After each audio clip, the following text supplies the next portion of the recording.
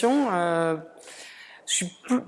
pour moi, c'est plus que mon ancienne paroisse. Hein. C'est la paroisse où j'ai fait mon baptême d'adulte, où en 98, les sans-papiers occupent le temple de Batignolles, et je mets les pieds pour la première fois dans un temple en accompagnant les sans-papiers, puisque j'étais militant des droits des sans-papiers, ce que je suis toujours.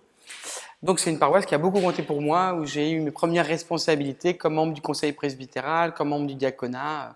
Voilà. Donc j'ai plaisir à être ici et à revoir notamment des gens qui étaient là quand j'y étais. Donc voilà, je donne aussi des cours à Bruxelles. On a fait un séminaire l'an dernier sur liturgie et inclusion. Et alors en prenant en fait les dimensions de l'inclusion sur différents champs, c'est-à-dire en gros quelle place on fait dans les paroisses aux gens qui ne sont pas des hommes, comme moi, blancs, comme moi, hétéros, comme moi, valides, comme moi, on n'a pas fait l'âge, plus de 50 ans, mais plus de 50 ans comme moi. Voilà. Donc on a réfléchi à ça. Et je voudrais vous proposer de commencer comme si on commençait un culte. Mais on le commence vraiment au début, c'est-à-dire que je vais vous demander de vous relever. Mais attendez, avant, je dois distribuer des rôles. Parce que notre assemblée n'a pas toute la diversité de la société, c'est les aléas. Et donc, j'aurais besoin, sachant que ce que je vais vous proposer a des énormes limites, pourrait même être extrêmement problématique, c'est que j'aurais besoin qu'une personne rentre en imaginant qu'elle est en fauteuil roulant. Qu'une personne, donc je vais donner les différents rôles. Après vous les choisirez, et je dirai aussi pourquoi il y a une énorme limite à ce que je dis. Hein. J'aurais besoin que quelqu'un donc vienne en disant, en imaginant qu'elle est en fauteuil roulant. J'aurais besoin qu'une personne. Est-ce qu'il y a des gens qui connaissent un peu l'autisme ou pas ici? Ok. J'aurais besoin de quelqu'un qui regarde ce qui se passe, peut-être pas en imaginant qu'elle est autiste, mais en tout cas connaissant ce qu'elle sait de l'autisme, qu'est-ce qu'elle voit qui marche pas. Voilà. Quelqu'un qui serait sourd. Ok. Quelqu'un qui serait aveugle. Des femmes, il y en a. Des personnes LGBT, on m'a dit qu'il y en avait.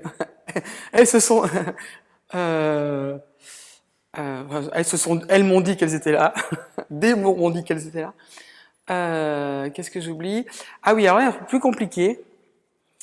Je sais pas quelles sont vos extractions sociales, etc. Mais il y a peut-être des gens des milieux très populaires, ou en tout cas des gens qui sont issus des milieux populaires, qui depuis peut-être ont bougé socialement, mais qui imaginent de voir ce qui se passe avec le bagage de quelqu'un qui a pas le vocabulaire de quelqu'un qui fait des études supérieures, etc. On a sans doute d'autres savoir-faire, etc., mais pas forcément, par exemple, ce bagage-là.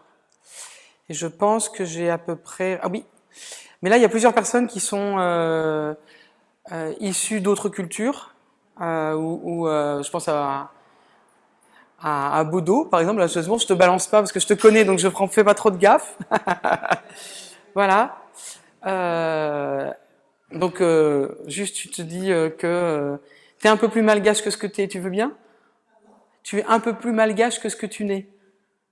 Tu te dis que tu vois, tu viens d'arriver de Madagascar. Ce qui n'est pas du tout ton cas, mais alors vraiment pas. Mais tu viens de débarquer de Madagascar, si tu veux bien. Ça te va? Ouais.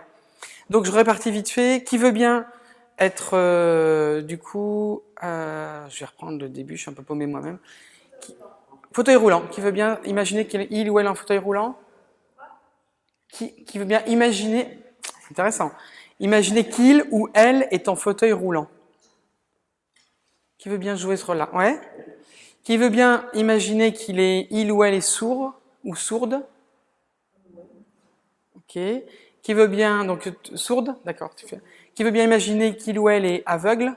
Ok, merci. Qu'est-ce que j'ai dit? Donc femme, on a dit. LGBTIA. Issu des milieux populaires. Merci. Autiste, oui, donc il y a quelqu'un qui m'a fait signe de la tête qui voulait bien voilà, faire un retour à partir de ce qu'il sait de l'autisme, de ce qu'il aura perçu de. Donc l'idée c'est qu'on ressort tous et on va re-rentrer, le culte va commencer, puis après je vous demanderai du point de vue de ce que vous êtes ou le rôle que je vous ai réparti, qu'est-ce qu'on avait ressenti. Le gros bémol c'est que quand on ne peut pas imaginer réellement les situations dans lesquelles on n'est pas, que c'est un vécu quotidien depuis l'enfance, et qu'il y a aussi beaucoup d'a priori des personnes valides sur les personnes handicapées, etc. Et on projette tous des choses différentes. Donc il y a énormément de limites à ce que je vous propose, j'en ai conscience, mais on va voir ce que ça donne. Ça se trouve, ça va se planter complètement et ça ne donnera rien, mais on aura essayé.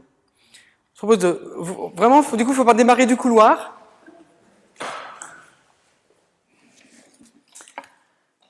Bonjour à tous, chers frères, nous fêtons ce dimanche la fête des pères, après avoir fêté la fête des mères il y a 15 jours. Nous voulons maintenant louer Dieu pour tous ces couples de pères et mères. Nous nous levons pour maintenant écouter la louange.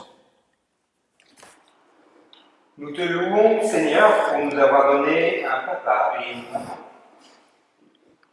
Tu nous fais grandir dans la différence et l'équilibre. Tu nous apprends la complémentarité. Merci, Seigneur, pour cette petite cellule qui est la base de notre société. Comme on le lit en Proverbe 23-22, « Écoute ton père, lui qui t'a engendré, et ne méprise pas ta mère quand elle est devenue vieille. » Et en Proverbe 31-10, « Qui peut trouver une femme vertueuse? Elle a bien plus de valeur que les perles. » Amen.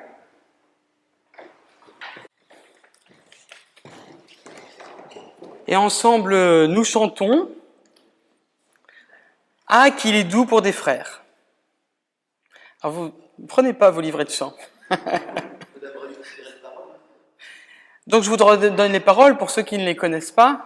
« Ah, qu'il est doux pour des frères de demeurer ensemble. Ah, qu'il est doux pour des frères de demeurer ensemble. » Merci. Et je propose qu'ensemble, nous disions le « Notre Père ». Notre Père, qui es aux cieux. Bon, voilà, un petit exercice avec toutes les limites.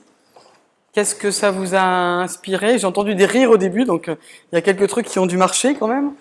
Qu'est-ce que vous en... Premières impressions, qu'est-ce que vous en ressortez? Quelle réflexion? Donc là, tu étais sourde et tu étais sourde appareillée.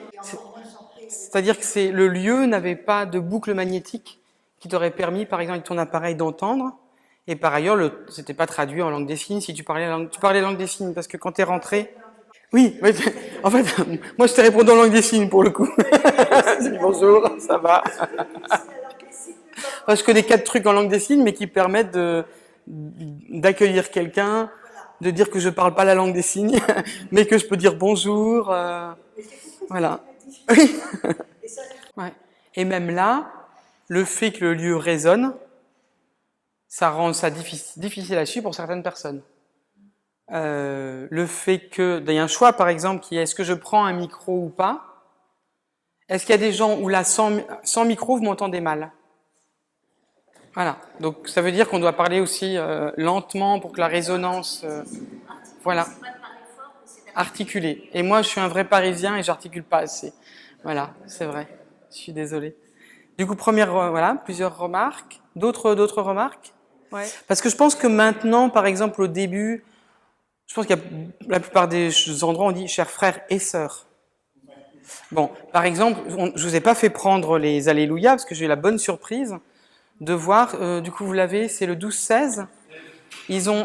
Donc, à qu'il est doux pour des frères de demeurer ensemble. J'ai été surpris de voir que dans l'entrée, c'était ça qui était marqué, à qu'il est doux pour des frères et sœurs. Ah ben.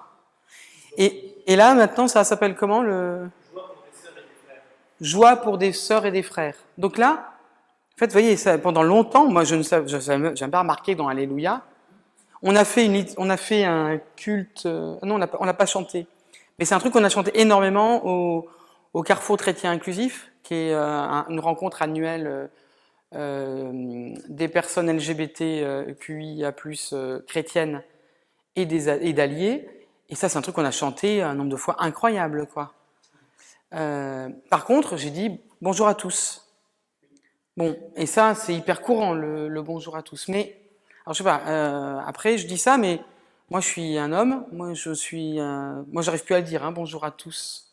Je dis bonjour à tous et à toutes, bonjour à tous. Mais après, je suis pas un homme. Je sais pas si le fait qu'on dise bonjour à qui il est doux pour des frères, bonjour à tous, très chers frères. Je sais pas si comment réagissent les femmes qui sont dans l'assemblée. Moi, ça me dérange moins que des frères. Mes frères, ça vous... Clairement pas concerné. Ouais, vous sentez clairement pas concerné. Mais c'est marrant que vous souligniez que dans les discours du général de Gaulle, j'en ai entendu, je suis pas un fan du général de Gaulle, donc je n'ai pas entendu beaucoup, mais récemment, je me suis aperçu qu'il commençait ses discours français, française. En fait, souvent, il y a les deux. Française, français. Ouais. Et alors, ça dit quelque chose aussi, c'est que, par exemple, les métiers ont tous étaient tous féminisés en langue française jusque très tard. J'ai une amie historienne à Marseille qui a fait une étude sur les métiers à Marseille à la fin du Moyen-Âge. Et en fait, ce qui est incroyable, c'est que tous les métiers ont leur féminin. Aujourd'hui, on nous fait des cacas nerveux sur la féminisation des métiers, mais en fait, c'est récent que les métiers ont donc qu'une occurrence masculine. Et donc le fait qu'on retrouve une occurrence féminine, c'était un truc hyper courant dans la langue française pendant très longtemps. D'autres remarques? Les personnes qui étaient aveugles, en fauteuil, ouais. Mais c'est vrai que le chant, là, par exemple, autant... Alors, par exemple, les personnes sourdes et malentendantes, est-ce que vous savez comment elles chantent dans un culte? Elles signent. Elles signent le chant, et donc il y a un enjeu à ce qu'elles aient les mains libres. Vous leur filez un livret de chant, elles peuvent plus signer, donc elles peuvent plus chanter. D'où l'enjeu de projeter les chants. Ça, cet intérêt-là, quoi, par exemple. Elles ont les mains libres, du coup, pour signer. Là, effectivement, pour les personnes sourdes, enfin, pour les personnes aveugles, est-ce que ça veut dire qu'on les a en braille? Est-ce que... Alors, à la Maison Verte, dont j'étais pasteur, et où c'est là que j'ai plus travaillé les dimensions d'inclusion, dans le livre L'accueil radical, et ce bouquin-là, je raconte un peu il y a un chapitre que j'ai écrit où je raconte cette expérience-là. Nos cultes étaient traduits en langue des signes. Une fois par mois, nos cultes étaient traduits en langue des signes. Et on avait monté un ciné-club inclusif où il y avait de l'audio-description. L'audio-description, c'est que il y a le film qui passe, les personnes aveugles ont un petit casque, où en plus du son du film, il y a quelqu'un qui décrit le film. Voilà. Alors après, dans un culte, là, je sais pas comment ça se passe dans des cultes qui réfléchissent vraiment à l'inclusion des personnes aveugles.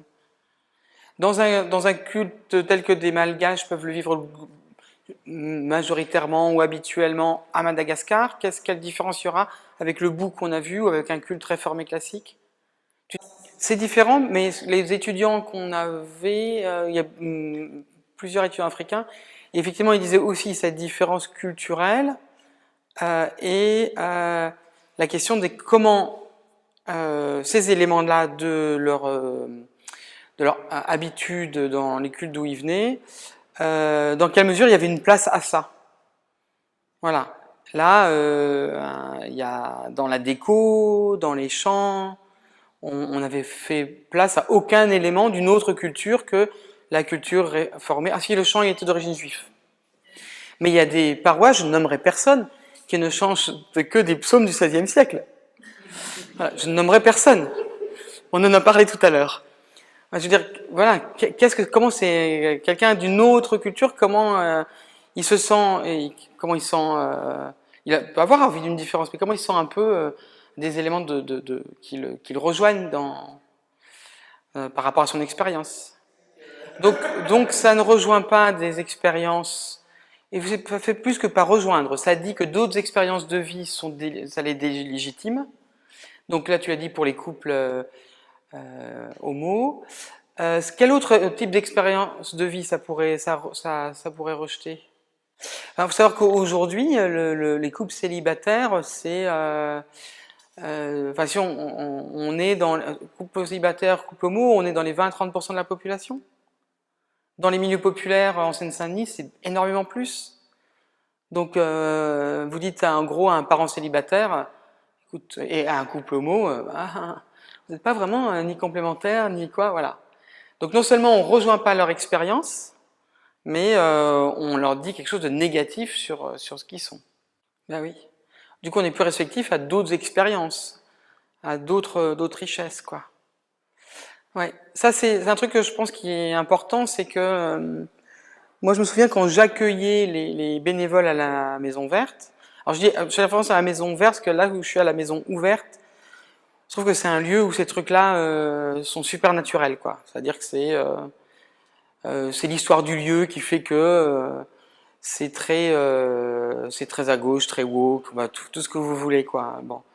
Mais à la Maison Verte, quand j'accueillais les bénévoles, j'avais toujours un pitch sur l'inclusion, et en disant qu'on veut que les gens puissent venir avec tout ce qu'ils sont, parce que s'ils viennent pas avec tout ce qu'ils sont, ça veut dire que d'abord ils laissent des choses dehors, que du coup, eux, ils peuvent pas être bien dans le lieu parce qu'ils sont pas entiers dans le lieu.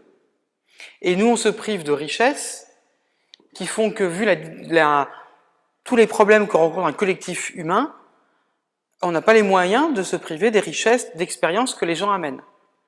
Que donc, c'est complètement dans l'intérêt du lieu que les gens qui viennent se sentent bien. Parce que s'ils se sentent bien, ils vont donner le meilleur d'eux-mêmes. Et pour l'intérêt du lieu, parce que s'ils donnent le meilleur d'eux-mêmes, s'ils amènent leur diversité d'expériences, on aura plus de ressources pour trouver des solutions. Et que globalement, il y a un enrichissement à connaître d'autres expériences, quoi.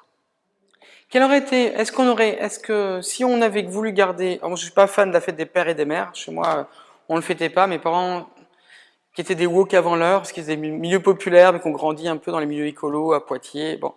Mais on fêtait pas la fête des mères parce que c'est une fête pétainiste, ils me disaient. Voilà, bon, c'était réglé. Réglé. Mais si on avait voulu quand même en parler, ou insister sur une dimension d'expérience, parce que ça fait partie de la vie des gens, est-ce qu'on aurait pu le faire d'une autre manière? Ça fait débat, parce qu'on peut... Un culte, c'est un théologien, Karl Barth, qui disait « On prêche avec le journal dans une main et la Bible dans l'autre ». Ça veut dire qu'on on fait un culte à partir de l'expérience que vivent les gens. On rejoint les gens dans leur vie. Donc d'une certaine manière, partir de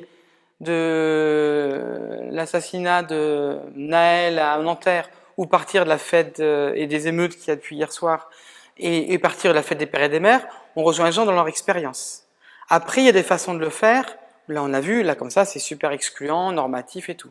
Est-ce qu'il y aurait une autre manière qui fait que on est tous plus ou moins concernés par ça? Tous enfants de père et de mère. Et donc, d'ailleurs, étonnamment, la Bible insiste beaucoup plus sur en tout cas, insiste aussi sur le honorer le père et la mère. Donc, il y a quelque chose qui peut se dire de la. Et puis, vous avez de fortes chances que c'est mon cas. Vous avez des gens qui, dans l'assistance, et des pères et des mères qui vieillissent. C'est un problème de plus en plus partagé. Plus de père, plus de mère. Très largement partagé parce que la famille hétérosexuelle était un modèle, mais on a tous eu des problèmes avec nos pères et nos mères. L'enfance et les familles sont aussi des noyaux, des milieux de névrose merveilleux. Donc on a tous vécu ça avec nos pères et nos mères. Donc il y a plein de façons de quand même intégrer cet élément culturel, mais sur des choses qui partagent plus. Après, il y a aussi dans l'Assemblée des gens qui sont pères et mères. Du coup, je pense qu'effectivement, tout l'enjeu, c'est de rejoindre, on a le droit de rejoindre une partie de l'expérience de l'Assemblée, faire gaffe à pas exclure les autres. C'est-à-dire que le modèle qui était, cellule de base, ou forcément complémentarité, etc.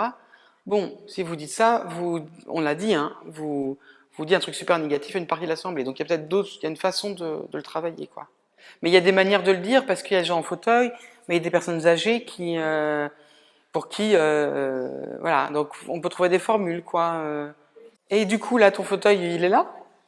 Dans les lieux, maintenant on l'a beaucoup dans les lieux de spectacle par exemple, dans la répartition des sièges, on laisse un espace plutôt devant où il y a un trou. Bon, ça vous oblige à scier là, à scier. Mais pour que le fauteuil puisse se mettre un peu devant ou à la deuxième place, à la place d'une chaise. C'est un truc assez simple. Et puis tiens, Géraldine, est-ce que tu veux bien venir nous lire la louange? Tu peux pas. Bon, et alors là, c'est 99% des temples qui sont faits comme ça, quoi. De la même manière, il n'y a rien qui vous a choqué sur les gens qui ont animé le culte? C'était que des hommes. Que des hommes. Hétéros, ça se voit pas forcément. Barbu, blanc. Voilà. J'ai trouvé quelqu'un qui me ressemblait. Merci. Et puis voilà, donc ça c'est aussi comment on a fait donc pour le séminaire à Bruxelles, on avait travaillé lors du premier cours un questionnaire avec les étudiants.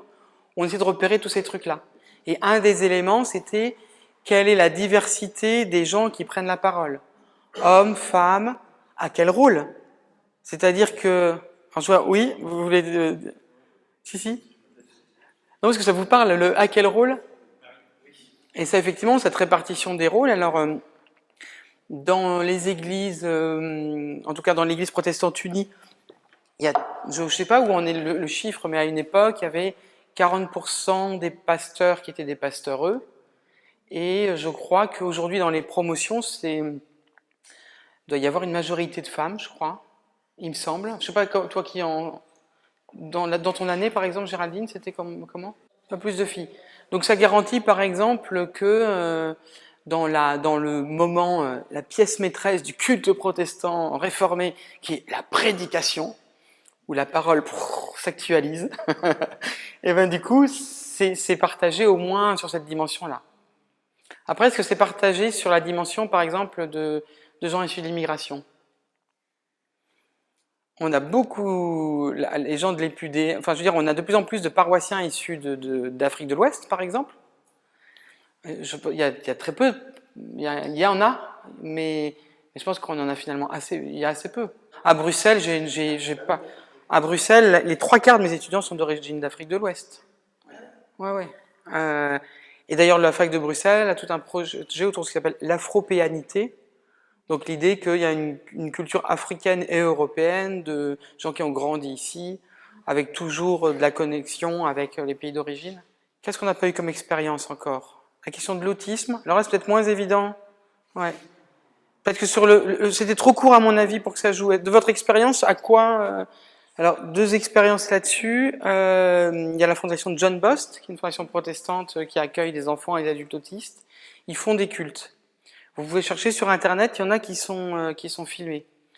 Et en fait, bon, là, c'était un peu trop court pour le faire, mais ce qu'ils font, c'est que pour que les personnes autistes... Alors, il y a un terme que j'ai oublié, mais l'autisme, c'est très large. Hein. Voilà. Il y a des situations extrêmement... Voilà. C'est ça. Alors, donc 2 expériences. Celle, effectivement, ce que j'ai vu faire à John Bost, et puis à la maison ouverte, on accueille un groupe. Je souligne dans ce que vous avez dit la question de la surprise et le étape par étape. À John Bost, en fait, quand ils font le culte, il y a écrit toutes les étapes, accueil, louange, etc., etc. C'est écrit, voilà. Il faut dire ça c'est le début, ça c'est la fin. Pendant le culte, il y a des personnes autistes qui viennent. Quand la louange est finie, ils viennent, ils enlèvent le papier, le truc louange. C'est la fonction qu'ils ont pendant le culte. Donc c'est très très cadré. Il y a un début, une fin. Voilà. Avec ce truc paradoxal, c'est qu'il y avait une communication là, un colloque de l'association de théologie morale sur le handicap, une communication sur l'autisme, et il disait en gros, il faut un cadre hyper strict et qui ne bouge jamais, parce que de toute façon dans la salle ils vont bouger tout le temps. C'est-à-dire que effectivement, comme eux vont avoir plus de mal à rester en place, etc. La souplesse du culte va être amené par le fait que l'assemblée est très mouvante. À la maison ouverte, on accueille un groupe qui s'appelle CLÉ, Comité pour la liberté d'expression des personnes autistes. C'est des jeunes adultes autistes qui sont dans, en gros, l'autosupport, c'est-à-dire on veut s'organiser nous-mêmes, on veut prendre la parole nous-mêmes. On les a invités à notre conseil de maison et à notre assemblée générale. Au conseil de maison, ils n'ont rien dit de tout le conseil. Et à l'assemblée générale, au bout d'1 heure, il y a quelqu'un qui a dit « Je sors, la lumière est beaucoup trop forte ».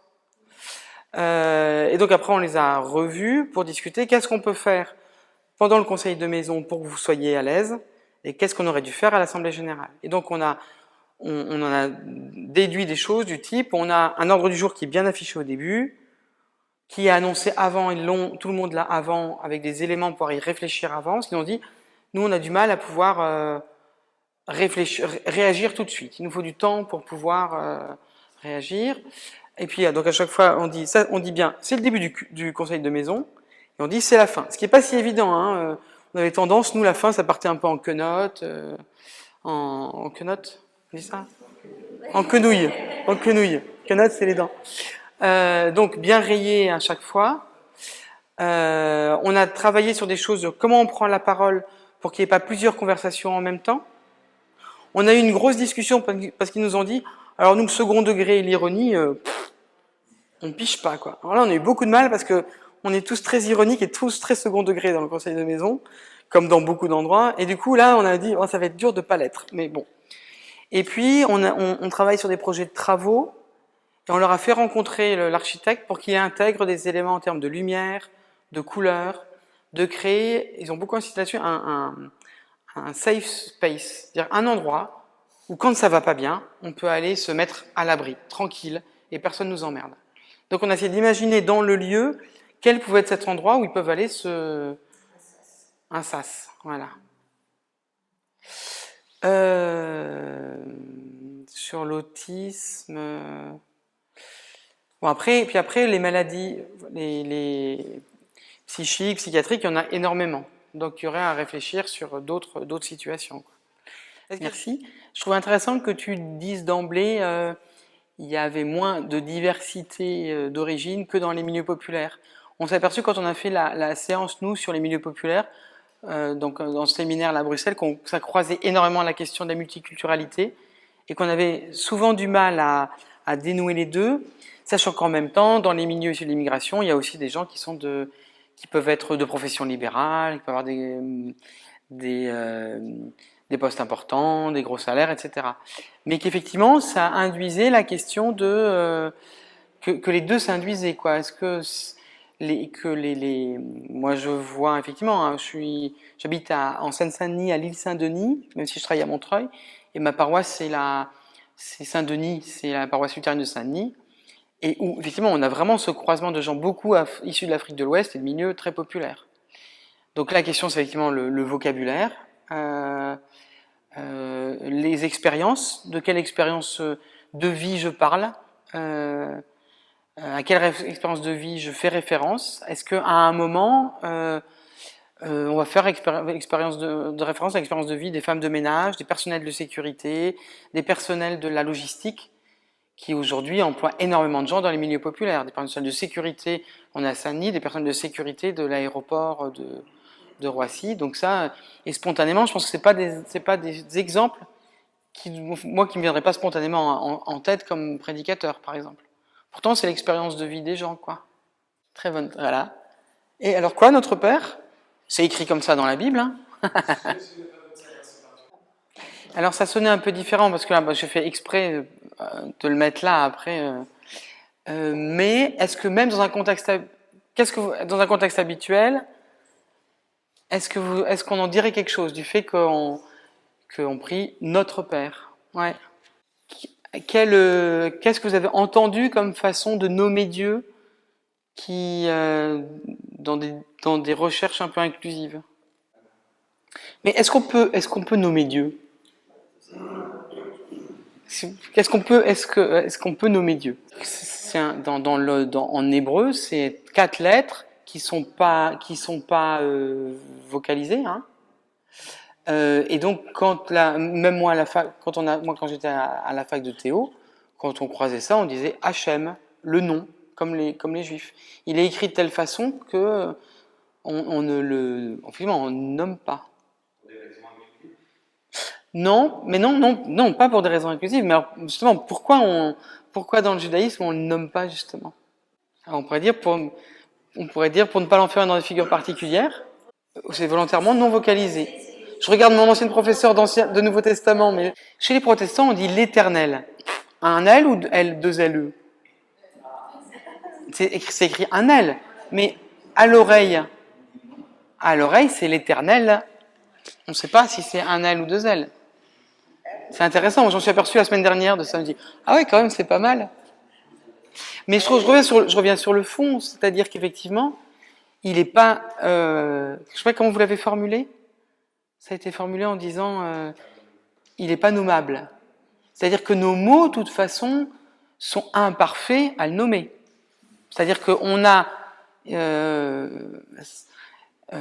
est de toute façon, genre encore c'était Karl Barth décidément, si Dieu de toute façon il est tout autre, nos mots sont toujours des imperfections pour le nommer.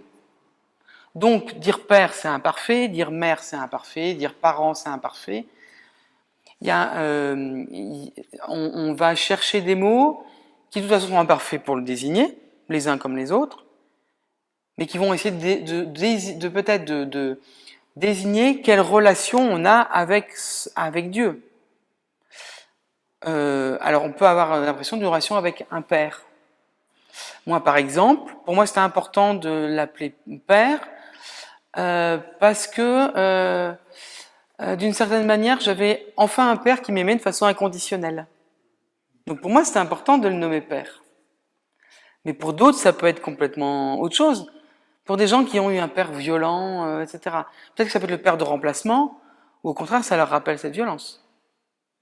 Peut-être que dans la Bible, on a plein... Peut-être que elle vous l'a déjà dit ça, Julia, donc je ne vais pas le répéter. Dans la Bible, il y a des figures où Dieu est désigné comme une mère. Et comme une mère, d'ailleurs, c'est une oursonne qui défend fortement ses petits. Donc, il y a à la fois le fait que, de toute façon, les mots sont imparfaits. Donc, un mot imparfait plus qu'un autre, pourquoi pas. Que ça désigne aussi notre relation à Dieu. Et là, peut-être que ça... Est-ce qu'on peut faire plus de place aux différentes relations à Dieu? Ça, je trouve que ça fonctionne complètement dans la liturgie. Peut-être que vous avez entendu ces façons de dire, où au lieu de dire « il », on dit « iel ». Alors, ce qui est rigolo, c'est que « iel », ça sonne vachement hébreu, hein, « iel ». Moi, j'ai cru à un moment que j'ai entendu la première fois que c'était un terme hébreu que je ne connaissais pas pour désigner Dieu. Ben non, c'est iel. Ce qui me poser question, c'est quand c'est un texte biblique, notre Père, c'est le texte du Nouveau Testament. Qu'est-ce qu'on fait avec le fait qu'à plein d'endroits, c'est marqué il, c'est marqué notre Père, le Père, etc.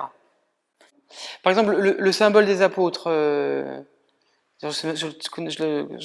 c'est un texte auquel je ne souscris pas trop théologiquement, je l'aime pas trop, quoi. Donc, tout le monde voit ce que c'est, le symbole des apôtres? Quelqu'un peut dire le début, je m'en souviens tellement pas, j'aime tellement pas que je m'en souviens pas du début. Je crois en Dieu, le Père Tout-Puissant, ça, bon. Bon, moi je n'aime pas trop ce truc-là. Par contre, je sais qu'il réunit les églises chrétiennes du monde entier, à peu près.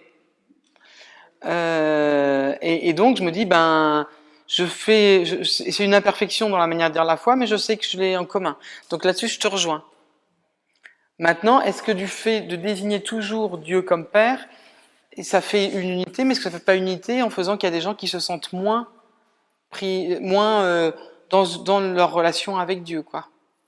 Mais parce qu'on pourrait se dire, oui, mais après tout, c'est peut-être pas mal qu'on soit obligé de symboliser, de se déplacer notre identité, etc. Sauf que c'est toujours les mêmes qui doivent le faire, alors que d'autres n'ont pas à le faire. C'est-à-dire que comme moi, homme hétéro, blanc de plus de 50 ans, je n'ai jamais à me déplacer de mon identité parce que tout est fait pour que je m'y reconnaisse. Donc ça interroge. Dans ce cas-là, si c'est bien pour les autres, pourquoi ça ne serait pas bien pour moi de me déplacer de mon identité parce que je suis obligé à un moment de symboliser différemment? Ou alors on pense que c'est pas important que les gens aient besoin de se dépatérialiser, symboliser différents, et dans ce cas-là, il faut que ce soit la même chose pour tout le monde. C'est parce qu'il y a comme ce truc de fond sur les questions sur les questions de genre, d'orientation sexuelle, c'est que finalement la norme, ce qui pose, il y a une norme dans laquelle certaines personnes sont toujours à l'aise et sont toujours la référence, sont l'universel, et d'autres non. Les hommes blancs, hétérosexuels, plus de 50 ans, comme moi. Jean-François Jean-Christophe Mais il y a, là, de ce point de vue, je sais pas si... Non, je pense que Juliette vous en a pas parlé parce que... je pense pas que vous en avez parlé. Il y a toute une tradition artistique, notamment au Moyen-Âge, qui est très queer.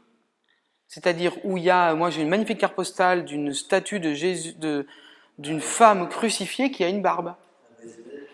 Il y a tout un imaginaire au Moyen-Âge sur le fait que la blessure de Jésus dans son côté, c'est un vagin qui donne naissance à l'Église.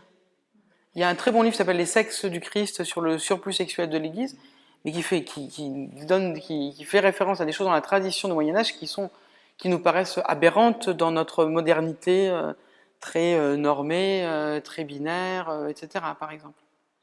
Et je reviens sur ma question sur, dans la liturgie, on a une certaine marge. Qu'est-ce qu'on fait des textes bibliques? Est-ce qu'on les genre différemment? Est-ce que le Notre Père, on dit notre Père-Mère, notre parent, est-ce que quand on prend un texte biblique et que c'est il et que Dieu est toujours masculin, qu'est-ce que vous en faites? Et c'est intéressant parce que finalement, là-dessus, il y a des rapports très différents, très personnels à tout ça, et c'est ça aussi qu'il faut prendre en compte dans toutes ces recherches-là. Moi, sur le texte biblique, c'est vrai que moi, le bonheur que j'ai eu en découvrant le texte biblique, c'est l'étrangeté qu'il représente. C'est-à-dire qu'il représente pour moi un déplacement par rapport à des évidences que j'ai, et que par exemple, moi, quand je prépare une prédication, pour moi, j'ai réussi ma préparation. Quand je regarde le texte, je dis il est nul ce texte, oh là là, qu'est-ce que je vais en faire et je trouve super, en plus, franchement, c'est super réac. Et puis le travail que j'ai appris à la fac de Paris, grâce à Corinna qui est là, c'est qu'il y a tout un travail sur le texte qui fait que le texte, c'est pas ce que je crois. Plus je le travaille, plus je vois des choses que j'avais pas vues. Ça va sur des questions auxquelles je pensais, ça va me déplacer, ça va m'amener. Et donc, moi, je pense que ma préparation est réussie quand je pensais à un truc à l'arrivée et je suis arrivé à des trucs que je ne m'attendais pas du tout à la fin. Et là-dedans, il y a aussi les dimensions d'historicité, d'ancrage dans son époque, avec ses limites, dans sa réalité sociale. Jésus, c'est Dieu incarné, et le texte, c'est la parole de Dieu qui s'incarne dans une époque avec toutes ses limites, donc avec ses limites patriarcales, etc., etc. Et c'est pour ça que moi, j'aurais tendance à prendre le texte tel qu'il est. Après, c'est différent si j'ai aucun mal quand c'est pour faire la prédication. Quand j'utilise comme liturgie, ça me pose plus de problème. Alors peut-être que dans ce cas-là, il faut carrément se détacher et refaire une traduction ou refaire un texte à partir de la liturgie. Mais en tout cas, je suis plutôt partisan effectivement de prendre le texte tel qu'il est, et c'est le rôle de la prédication de le remettre dans ses limites. Bon, mais là-dessus, il peut y avoir, il y a débat, il y a autant de façons de faire, quoi. Peut-être une dernière question sur de vos expériences de vie, soit réelles, soit que vous avez joué. Est-ce qu'il y a encore un élément que vous qui n'a pas été partagé?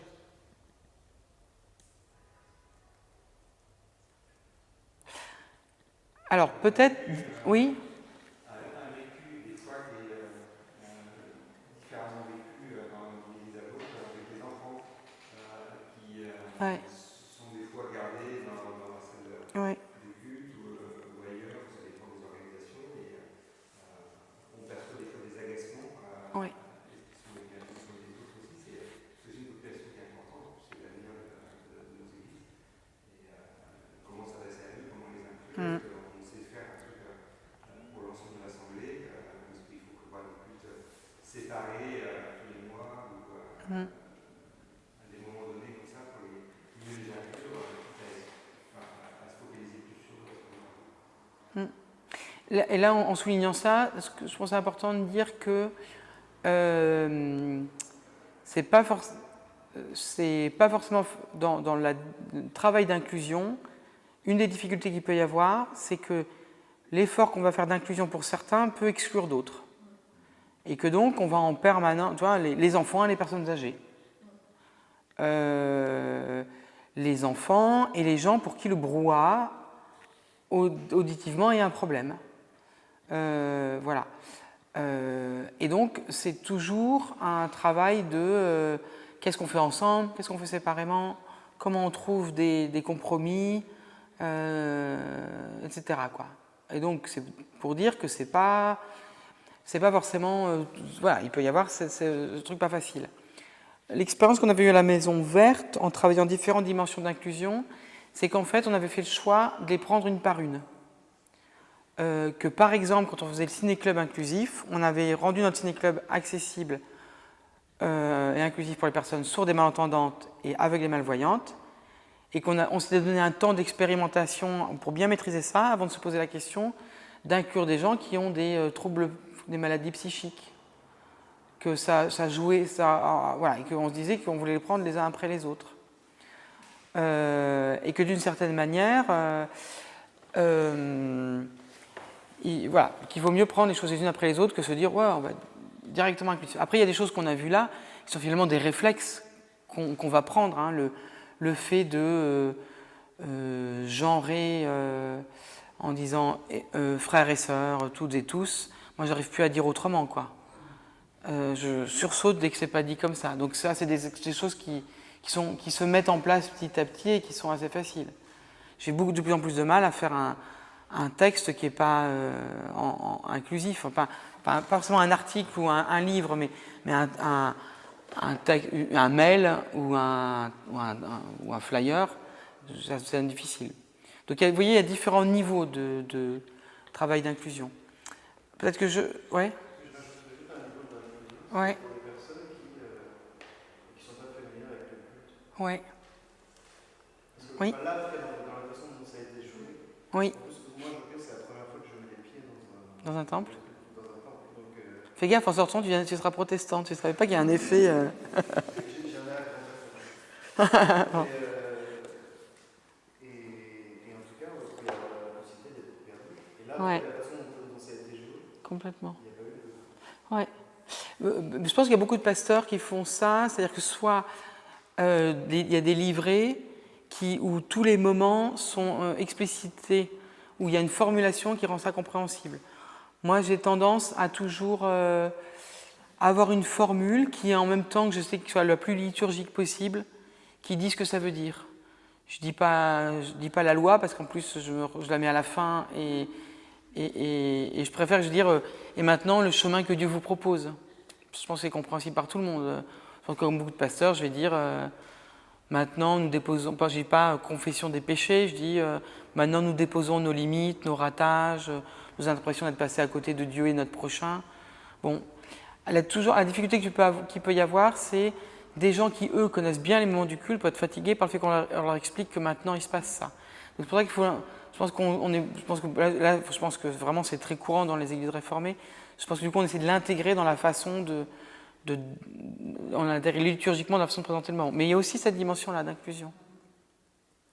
Je regarde l'heure. Peut-être que j'aurais souligné là en conclusion, et puis peut-être on pourra avoir encore un temps d'échange.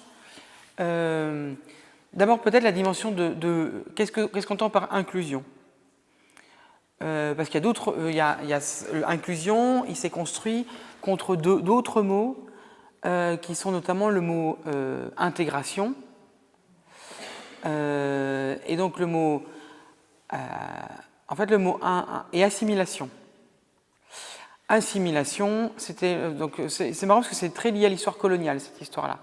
C'est-à-dire que assimilation, c'était le terme qu'on utilisait avant la guerre d'Algérie. Pour dire que tout le monde allait devoir devenir des bons petits Français qui se ressemblaient tous et qu'il n'y avait pas de place pour les différences. Et puis au moment où on a bien compris qu'on n'arriverait pas, que si on allait garder l'Algérie, si l'État français voulait garder l'Algérie, il va falloir qu'il fasse place à une certaine diversité des religions et des modes de vie. Ils ont dit intégration. Intégration, ça voulait dire il va y avoir une diversité de modes de vie, de religion en France, quoi. L'Algérie étant en France. Et en fait, finalement, intégration a pris avec le temps, donc on dit que maintenant que les étrangers doivent s'intégrer, ben, ça veut dire qu'ils doivent, ça reprend le sens d'assimilation. Il ne doit plus y avoir de modes de vie différents, la religion doit être très discrète, etc., etc. Et donc assimilation à l'idée que la minorité, quand elle est dans le groupe majoritaire, elle doit se fondre et disparaître derrière les modèles majoritaires ou dominants, parce que les femmes sont majoritaires dans la société française et pourtant elles doivent s'intégrer au fait qu'on genre tout dans le vocabulaire au masculin. Et donc du coup, inclusion, il s'est construit dans l'idée que les groupes minoritaires, que la majorité allait transformer un certain nombre de choses dans sa façon de faire, tout ce qu'on a vu, ses bâtiments, son vocabulaire, ses références, etc. C'est la majorité qui se transforme pour faire une place à la diversité réelle en fait qui est dans les communautés, et donc voilà, qu'elle est transformée. Et ça c'est très important, c'est-à-dire que notamment il y a en partie, c'est bien dire qu'il y a une question structurelle dans ce que devient la majorité, et que donc ce que je disais tout à l'heure par rapport à l'expérience à la Maison Verte, c'est le pari que le groupe majoritaire ou le groupe dominant s'enrichit en faisant ça, parce qu'il s'enrichit de gens qui sont, eux, plus à l'aise dans le culte, d'une diversité d'expériences qui donne à l'ensemble de la communauté plus de ressources pour répondre à ces enjeux. Alors, quand on a dit ça, le truc, c'est que l'expérience, c'est que, notamment à la maison, je parlerai de mon expérience à la Maison Verte, c'est que même quand on a des gens de très bonne volonté, très progressistes, qui disent ça c'est super, ça se fait pas forcément facilement. Parce qu'en fait, c'est des changements d'habitude, des changements de perception, c'est des choses qu'on sent en fait. C'est pas des choses. Là, on en parle de manière intellectuelle, mais en fait, on ressent. Vous l'avez bien dit, on ressent le fait qu'on dit père ou mère, etc. Et donc, c'est des changements qui vont bousculer, déplacer. Et par exemple, moi, une expérience qui m'a assez étonnée. Donc la Maison Verte, c'était une communauté de 10 personnes, une dizaine de personnes dimanche matin. J'ai commencé à 2, hein, donc c'est une sacrée progression quand même. Ça a stagné à 10, mais finalement c'était bien à 10. Et là-dedans, il y avait, de manière à peu près égale, vous débrouillez pour compter, des personnes africaines très ancrées aussi par ailleurs dans des communautés africaines, des personnes LGBT de différentes origines géographiques, 2 anciens pasteurs de pays nordiques, notamment Dorte, qui a été ici pasteur, Dorte Holloway. Qu'est-ce que j'avais encore dans cette diversité-là? Des hommes blancs, hétéros, de plus de 50 ans, des femmes blanches, hétéros, de différents âges. Donc, vous voyez, et tout ça qui tient en une dizaine de personnes. Il y avait une personne non-voyante trans, il y avait deux personnes sourdes et malentendantes, une complètement sourde et une qui était appareillée. Voilà. Ouais. 18e, ouais.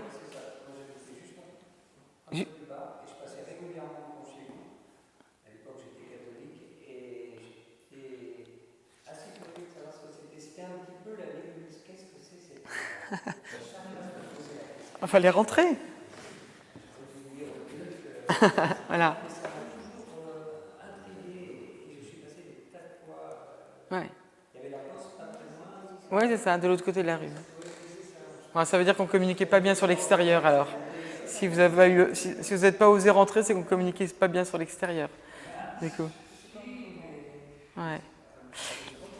Et du coup, on a essayé de réfléchir de plus en plus à comment. Et puis je ne l'ai pas dit, je l'ai dit ou pas? Oui, je l'ai dit sur cette personne LGBT, quoi. Et donc, en fait, à un moment, on s'est posé la question de faire plus de place. Et donc, dans les réactions qu'on a eues, il y avait ce qu'on projette sur les autres.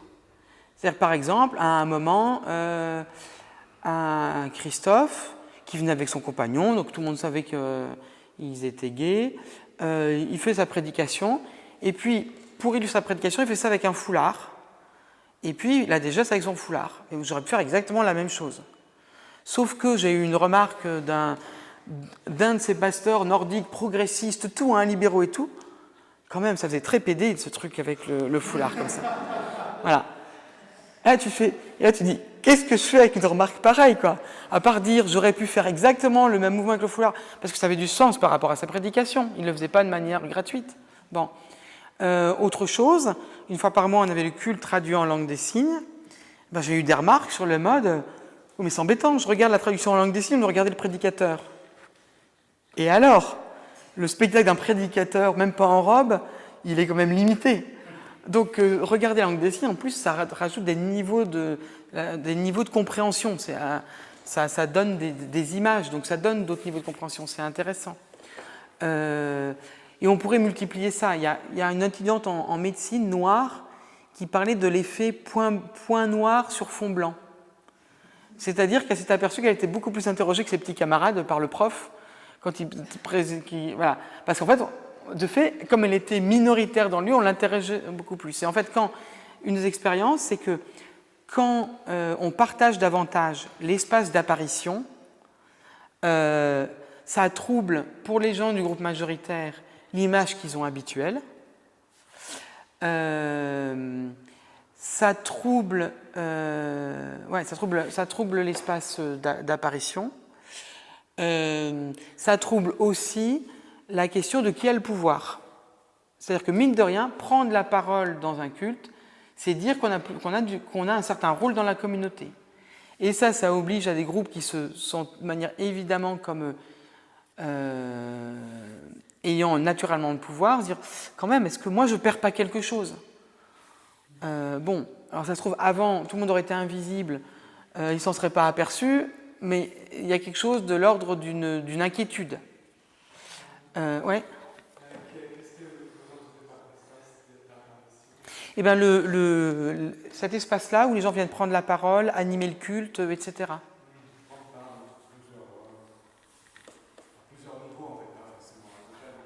Non, c'est ça, oui. Mais ça peut être aussi le fait que les gens peuvent se présenter en couple dans l'Assemblée. Je pense que l'Assemblée est aussi un espace d'apparition. Et donc, par exemple, à un moment, on s'est aussi posé la question dans le conseil d'administration de la FRAT, puisque c'est pas un conseil presbytéral, on se demande qui on peut faire rentrer, etc. Et on fait rentrer une deuxième personne qui se trouve était lesbienne dans le conseil d'administration. On la faisait rentrer parce qu'elle était compétente, parce que tout ça.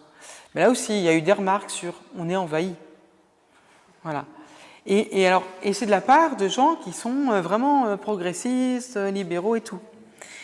Donc, le truc, c'est que je pense qu'on a globalement bien géré ça parce que on laissait le fait que ça s'exprime, pas auprès des gens concernés, parce que c'est une violence de dire quand même vous êtes en trop, vous prenez trop de place, mais que ça soit exprimé auprès de moi.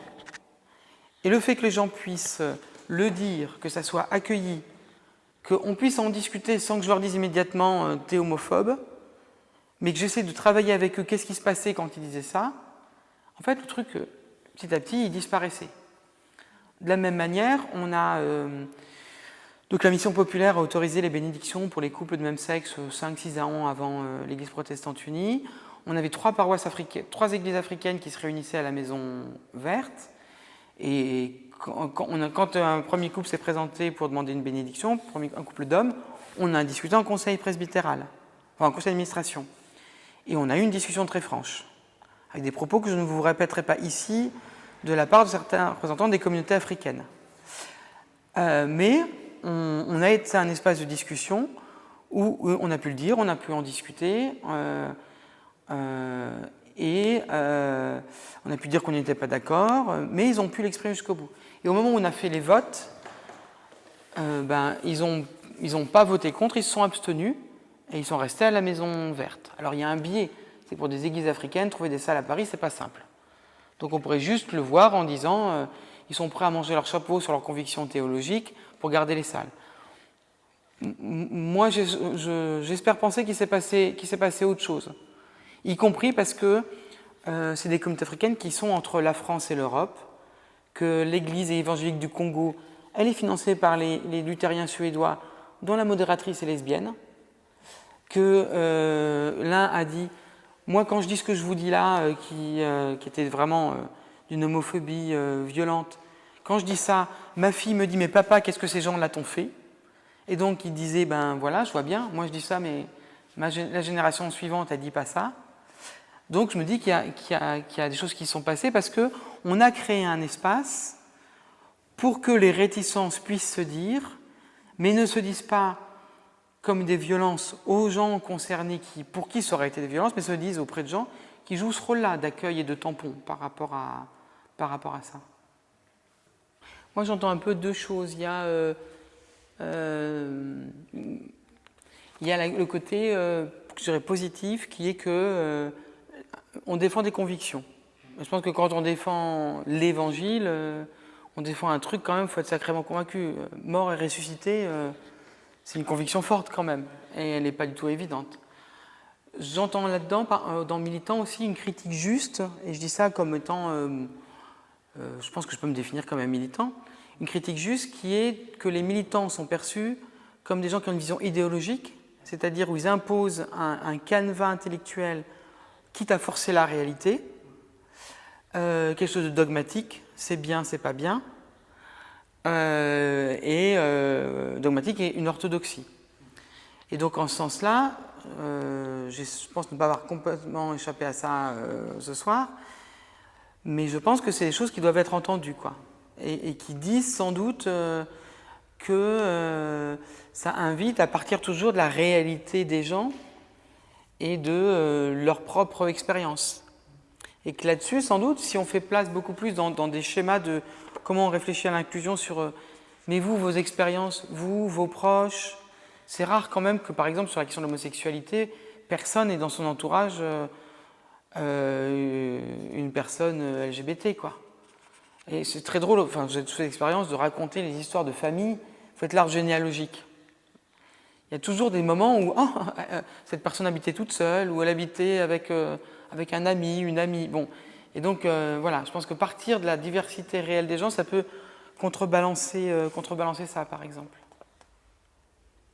Peut-être je survolais là dans l'article quelques éléments, peut-être.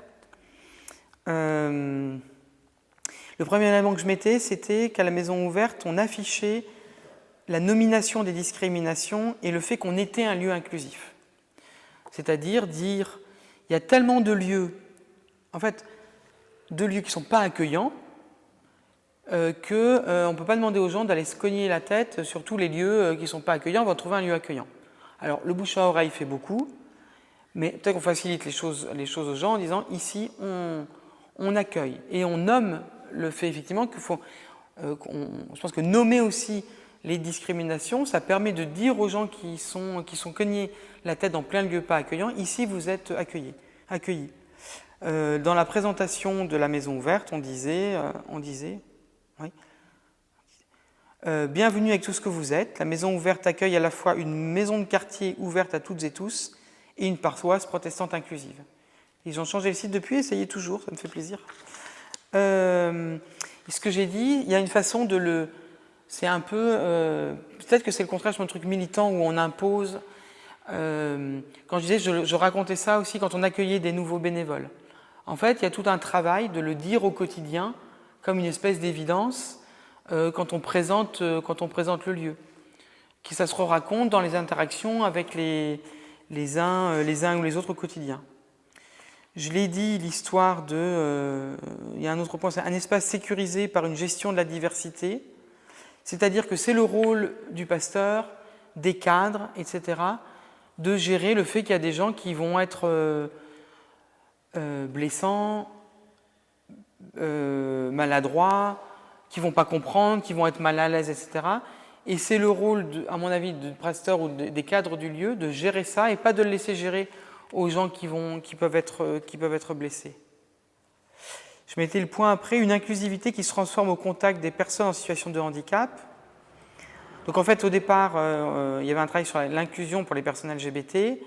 Puis un jour, des gens sourds et malentendants sont venus nous voir. On se dit, et nous, qu'est-ce qui se passe? Et donc, on a commencé à travailler là-dessus. Mais l'histoire de la mission populaire, finalement, c'est l'histoire d'un moment, au XIXe siècle, des gens qui disent, mais ils sont où les milieux populaires dans les églises protestantes, à Paris? Et qu'ils vont se dire comment on va se transformer pour faire place aux milieux populaires dans les églises. Et donc ça, je pense que c'est important, c'est-à-dire que il y a, à la fois, si vous ne mettez pas de rampe, il n'y a jamais personne en situation de handicap avec un fauteuil roulant qui viendra. Et en même temps, c'est parce qu'on fait des rencontres qu'on va réellement faire l'effort de se transformer. Et je pense qu'il faut tenir les deux en même temps. J'ai parlé du syndrome point noir sur fond blanc et comment ça pose la question du partage du pouvoir. Assumer les sentiments et les désirs, c'est ça, c'est assumer que les gens vont réagir avec leurs tripes. J'avais mis limite majoritaire numéro 3.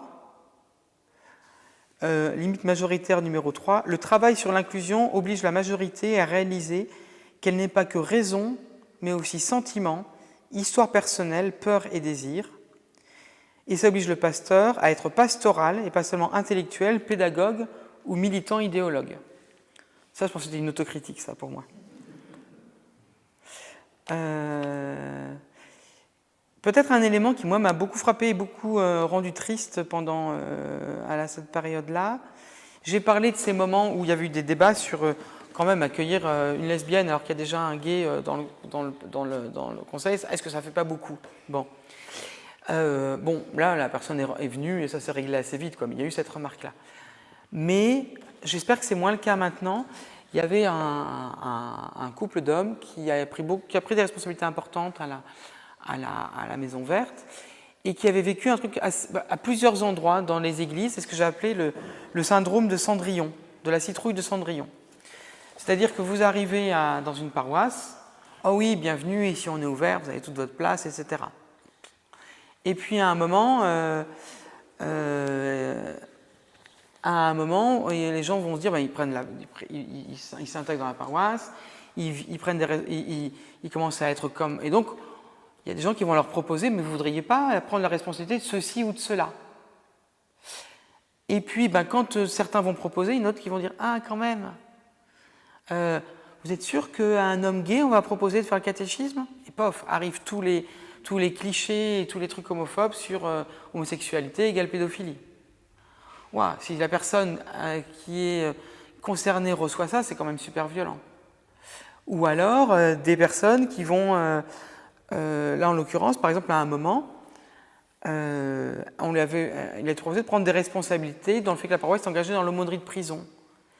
Et puis à un moment, il dit ah ben non, quand même pas. Et l'expérience qu'elles ont eue plusieurs fois, c'est qu'à un moment, elles croyaient qu'elles étaient dans un lieu super accueillant. Et puis à un moment où elles allaient prendre des responsabilités, on leur disait « Ah, finalement, non ». C'est ce que j'appelais le syndrome de Cendrillon, quoi. C'est-à-dire qu'on croit qu'on est dans un lieu merveilleux où tout est beau, tout est gentil, tout le monde nous accueille. Et puis à un moment, prise de responsabilité, et on vous dit « Ah non, mais vous n'êtes pas Cendrillon, quoi ». Et on se retrouve, pour le coup, plus la princesse, mais Cendrillon, il est minuit, le carrosse se transforme en citrouille, et en fait, on se sent foutu dehors, quoi.